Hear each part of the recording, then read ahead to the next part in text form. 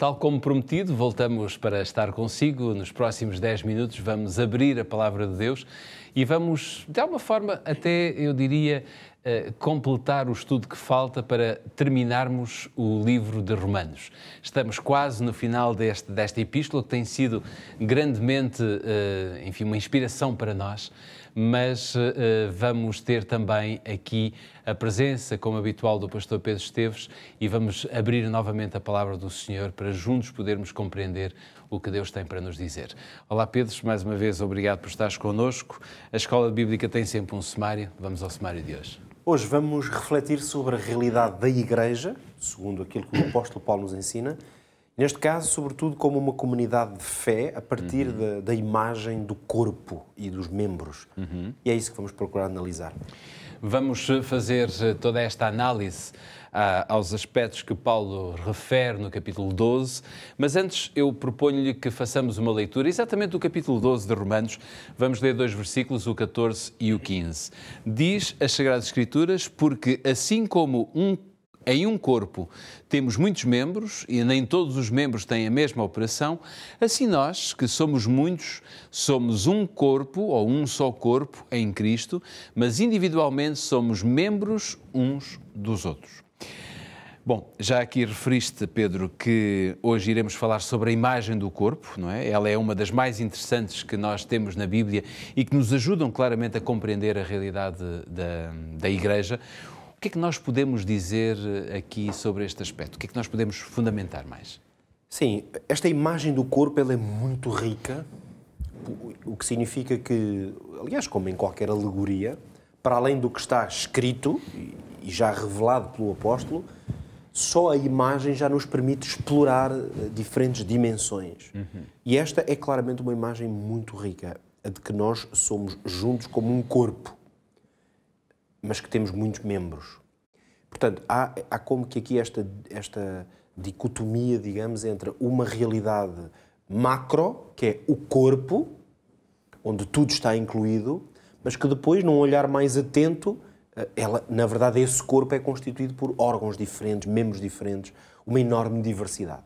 Então, talvez a ideia-chave na imagem do corpo para expressar o que é a Igreja e a realidade da Igreja é de que unidade e diversidade são coisas complementares. Com frequência, nós estamos talvez habituados à ideia de que diversidade é uma espécie de impedimento à unidade. Que fatores que causem diversidade são muitas vezes vistos como fatores que têm que ser ou atacados ou resolvidos. Mas a partir desta imagem, e onde realmente o apóstolo Paulo quer chegar, é exatamente o oposto disto. É a ideia de que a Igreja é um corpo e, portanto, é uma entidade única, com um propósito comum, em que a interação entre os vários elementos e membros desse corpo cumpre o mesmo propósito, mas que esse propósito só é cumprido se houver diversidade. É isso que nós chamamos de complementaridade. Quer dizer que se não houvesse diversidade, e por exemplo, agora esticando, digamos assim, a imagem, se o corpo fosse constituído por braços apenas, muitos braços, havia um conjunto de oportunidades que nós hoje temos, de coisas que conseguimos fazer com o nosso corpo, graças a ele ter órgãos diferentes, que nós estávamos completamente impedidos de fazer. Já não podíamos andar da mesma maneira, não teríamos a mesma altura, sei lá, tudo o que nós quisemos imaginar. Qualquer órgão que seja do nosso corpo, se nós pensarmos que o corpo fosse cheio desses órgãos, os olhos, o nariz, a pele, o que quisermos, a multiplicação de órgãos iguais, de membros iguais, tornaria o corpo incapaz de realizar um conjunto enorme de tarefas. E, portanto, muitas oportunidades se perderiam. Ora, quando aplicamos isto à Igreja, nós percebemos perfeitamente a força desta imagem. A Igreja é um espaço que está unido porque tem um propósito comum, uma missão que lhe foi confiada.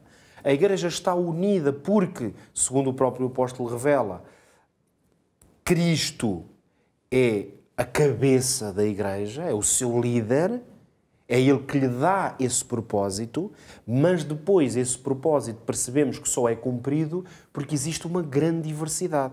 Manifestada em quê? Na individualidade de cada membro, naquilo que cada membro faz. Mas é interessante ver nessa perspectiva de unidade alguns fatores que fazem essa mesma unidade. É exatamente ou constroem isso. essa unidade. Nós vamos ter então, e agora já estamos a expandir um pouco, o ensino da Bíblia sobre este tema, que o apóstolo aqui resume de uma maneira excelente, magistral, é que por um lado nós temos fatores de unidade. Por exemplo, quando lemos aqui, vemos claramente que ele diz somos muitos, mas somos um só em Cristo. O que quer dizer que Cristo é o fator sublime, por excelência, de unidade. Quer dizer, por mais diversidade que existe entre as pessoas, nós estamos totalmente focados em Cristo.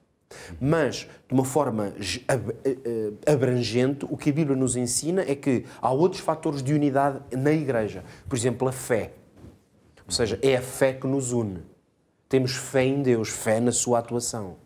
Assim como o discipulado, por exemplo, a ideia que todos seguimos o Mestre e de que temos que conformar a nossa vida com aquilo o caminho que o Mestre nos indica. Ou mesmo a ideia de Deus, da soberania divina, a ideia de Deus como Senhor. Expressa, por exemplo, nas palavras, temos um só Senhor, um só Deus, uma só fé, um só batismo, por exemplo. Palavras que o próprio apóstolo explora noutra epístola. O que é que isto nos mostra? São tudo fatores de unidade. Aqui, o Paulo vai focar em Romanos 12, sobretudo Cristo, e na imagem do corpo é a própria ideia de que nós estamos de tal forma unidos que somos um corpo. Mas depois existem fatores de diversidade. E eles são tão importantes como estes fatores de unidade. Tão importantes, claro está, dentro do propósito da existência da Igreja. E quais são estes fatores de diversidade? Se pensarmos no que o apóstolo Paulo, por exemplo, escreveu aos Coríntios, estamos a falar de coisas como dons, e aí vemos que a diversidade é enorme, porque Deus deu a cada membro deste corpo dons diferentes.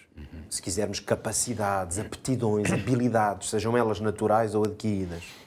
Essa diversidade de dons faz com que a Igreja seja um espaço onde realmente não é difícil ver pessoas com visões da vida, da fé, da Igreja mesmo, muito diferentes. Porque Deus deu a cada pessoa um universo, um mundo pessoal. Nos dons podemos incluir coisas como a própria personalidade, o temperamento de cada pessoa, o que torna a pessoa única, não é? Mas depois, além disso, a Bíblia diz-nos claramente que existem na Igreja diferentes ministérios, por exemplo, ou seja, espaços ou áreas de ação onde os dons se podem manifestar. A isso, biblicamente, chamamos ministérios. Mas o apóstolo Paulo, por exemplo, ainda diz em Coríntios 12 que também existem diferentes operações. Quer dizer, mesmo dentro de cada ministério que existe dentro da Igreja, há muitas maneiras de fazer o mesmo ministério. Ou seja, não há só uma forma de cantar, não há só uma forma de falar ou de pregar, não há só uma forma de servir os mais fracos. Quer dizer, existem diferentes formas de o fazer, são diferentes operações. Ou seja, o corpo é talvez o espaço onde tudo isso se encontra. É exatamente. A manifestação da unidade e da diversidade é transmitida no corpo. Isto quer dizer o quê? Que somos irmãos. É este o conceito. Temos o mesmo pai, temos o mesmo irmão mais velho, se quisermos chamar assim, a Jesus Cristo. Portanto, a ideia intrínseca a isto é que somos uns dos outros. Portanto, a Igreja foi construída e constituída por Deus para intimidade, para fraternidade, para sermos responsáveis uns pelos outros. Vamos terminar o programa de hoje, mas antes vamos ver como é que podemos colocar isto em prática. Em termos práticos, talvez hoje pudéssemos deixar aqui um apelo, um desafio. Procure identificar formas práticas de mostrar ao seu irmão que ele lhe pertence, que é seu, que faz parte das suas preocupações porque pertence ao mesmo corpo. E assuma, por isso, a responsabilidade que tem como parte de um corpo. A responsabilidade que tem com os outros. E com certeza que isso vai fazer com que outros também assumam essa responsabilidade para consigo. Fica o encontro marcado para o nosso próximo episódio, para que voltemos a abrir a Palavra de Deus consigo e juntos podermos estudar e aprender mais sobre o que o Senhor Deus quer de nós. Encontro marcado no nosso próximo episódio. Até lá.